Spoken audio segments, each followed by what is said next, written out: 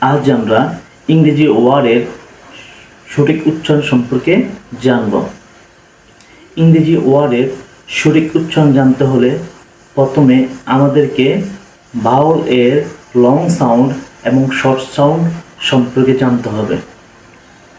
চলেন ভাওয়েল এর short sound এবং লং সাউন্ড সম্পর্কে জেনে নেই। এই এর লং সাউন্ড এই এবং এর শর্ট সাউন্ড আ। ই এর লং সাউন্ড ই এবং এর শর্ট সাউন্ড এ। আই এর লং সাউন্ড আই এবং এর শর্ট সাউন্ড ই।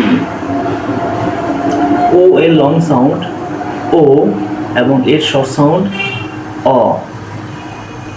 ইউ এর লং সাউন্ড ইউ এবং এর শর্ট সাউন্ড আ। ভাওয়েলের লং সাউন্ড এবং শর্ট সাউন্ড জানার পর আমাদের কিছু নিয়ম জেনে নিতে হবে। চলেন নিয়মগুলো জেনে নেই। কোনো ওয়ার্ডে একটি মাত্র ভাওয়েল থাকলে এবং ওয়ার্ডটি যদি কনসোনেন্ট দ্বারা শেষ হয় তাহলে ওই ভাওয়েলের সাউন্ড শর্ট সাউন্ড হবে। যেমন হট, ক্যাট, ফিশ। কোনো ওয়ার্ডে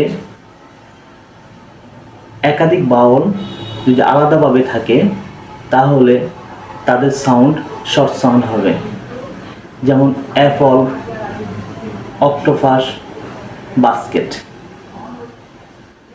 যদি কোনো ওয়ার্ডে সবার শেষে ই থাকে এবং তার পূর্বে ভাওয়েল থাকে তাহলে প্রথম ভাওয়েলের উচ্চারণ লং সাউন্ড হবে এবং ই সাইলেন্ট থাকবে। যেমন বাইট, কাইট। কোনো ওয়ার্ডের যদি একসাথে দুটি ভাওয়েল থাকে তাহলে প্রথম ভাওয়েল লং সাউন্ড হবে এবং শেষ ভাওয়েলটি সাইলেন্ট থাকবে। যেমন মেক,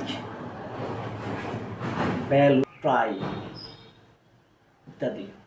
ধন্যবাদ।